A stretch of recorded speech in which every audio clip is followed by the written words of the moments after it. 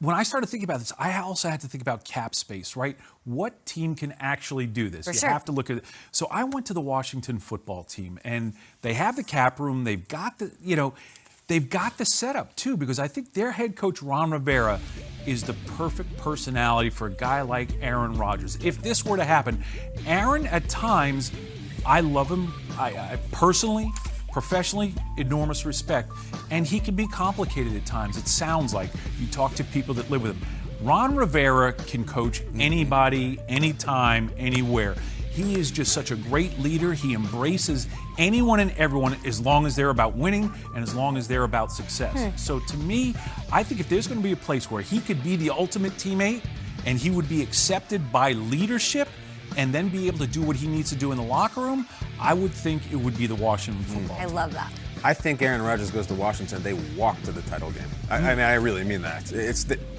That team couldn't be stopped, except maybe Tampa Bay. And that's why this is so fun to talk about. I'm going to go maybe a far more combustible route, Scott. I'm not going to take into consideration any of that stuff. I'm going to take into consideration the fit and the optics. Okay. If I was Rodgers, in his mind, just give me the most anti-Green Bay thing I could possibly do. Like, get me the hell out of here.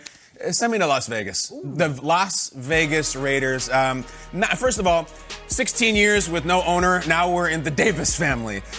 We go from Matt LaFleur to John Gruden. Okay. Rodgers has this old school gene, and he wears that totally archaic chin strap because he believes that's who he is, and it's his old school thing that Favre wore. Gruden loves that stuff. Also, you would immediately have the best tight end he's ever had in his career in Darren Waller. He'd have the fastest receiver he's ever had in Henry Ruggs. He'd have the running back. He'd have the change of damn scenery with all the trappings in the world. With due respect to hotels in Appleton, Wisconsin, he'd be right down the street from all kinds of trouble and excitement. And oh my gosh, if you're looking for a second act, as you are in your personal life and your professional life, go to Vegas, light it the hell up, and you play Mahomes twice a year. Maybe those guys are best friends because they're in commercials together. Maybe they're not. Is Vegas a retirement community? I think there's probably a section of it, Scott, where I don't know. I don't dwell in those sections. I'm more in the gutters when I go there. And no disrespect to the Stone Creek Lodge up in Appleton. Beautiful. Is that the spot? Stone Creek? I really do. I believe the Stone Creek Lodge versus the hotel in Mandalay Bay. That's your throwdown Thursday next week. But I think you go to the Raiders. Burleson, where are you putting them? I was talking with super producer Matthew Hamilton about this. What's he got? Trying to figure out the right team. And he gave me an awesome option that I didn't really consider. Uh-oh. How about the Denver Broncos? Okay. Now, first, let's look at the draft. They go Patrick Surtain, right? But if they would have went quarterback, would any of us bat an eye? We would, because we hear the question marks surrounding Drew Lock. We batted an eye that they didn't. Exactly. Okay, so maybe they were doing that purposely because they heard the rumors about Aaron Rodgers and knowing that they can make some offers to Green Bay and bring him there. Why would it be appealing for Aaron Rodgers to go there? One, they just drafted a great DB, so they obviously are stout on the defensive side of the ball. They have a mix between young and older superstars. Von Miller in the later part of his career, but he has some studs that he's mentoring. Bradley Chubb is an absolute beast on that defense. But what about offense, though? When I'm thinking Aaron Rodgers, go somewhere where he can throw the rock to some ball players. Cortland Sutton's coming back from an ACL. You have Jerry Jeudy and KJ Hamler. You also have a running back, Javonte Williams, who they just drafted, who's going to complement Melvin Gordon.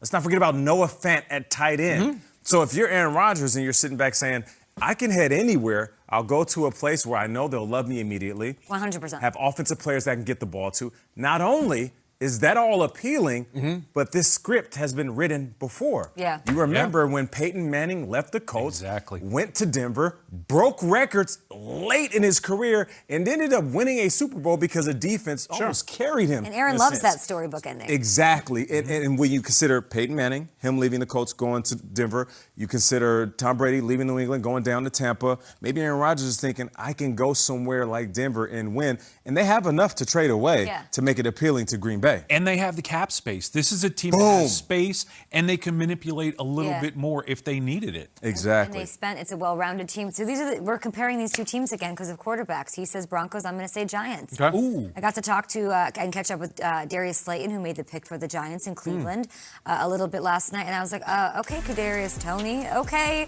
Kenny Galladay. Like, this offense is on fire, and they loaded up also, guys, with picks in next year's draft. All of Gettleman's trading down got them 7 picks in the first 4 rounds next year. Okay, thanks, which is incredible. It gives them plenty of assets to make a move. They get Saquon Barkley back.